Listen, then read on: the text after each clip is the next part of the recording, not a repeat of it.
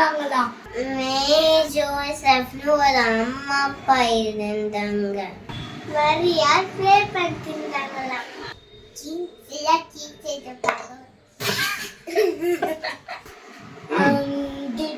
தேவதூதன் வந்தாங்களாம்.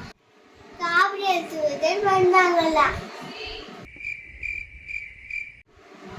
கிருபை பெற்றவளே வாழ்கன்னு சொன்னாங்கதான்.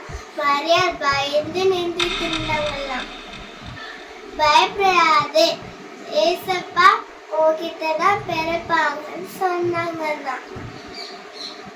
எப்படி நடக்கும் கேட்டாங்கன்னா, பரிசுத்த ஆவி உன்கிட்ட வரும்போது உனக்கு அது நடக்கும்னு சொன்னாங்கன்னா.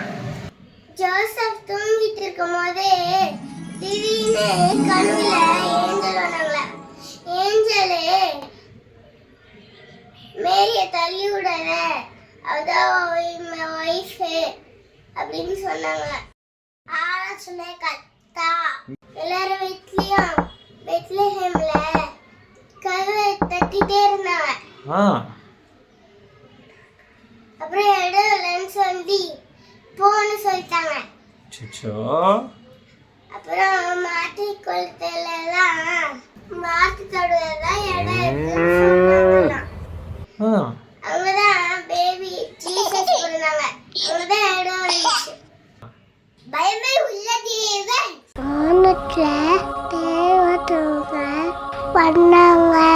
பேருங்களா பயனாங்க. உங்களுக்கு சமாதானம் என்று பயப்படாத, கிறிஸ்து குழந்தைய பிறந்திருக்காரு. வாங்க வாங்க, ஏசப்பா வந்திருக்காரு. அவர் மாமுக்கு சமாதானம் இருக்கு வந்திருக்காரு. வாங்க வாங்க, சமாதானம் பிரபு. ரொம்ப நாளைக்கு முன்னாடி பெத்லகேம்னு ஒரு ஊர்ல ஒரு குட்டி பாப்பா பிறந்துச்சு. அந்த குட்டி பாப்பா பேரு ஜீசஸ். ஜீசஸ பார்க்க சாஸ்திரிகள் gift கொண்டு வந்தாங்க.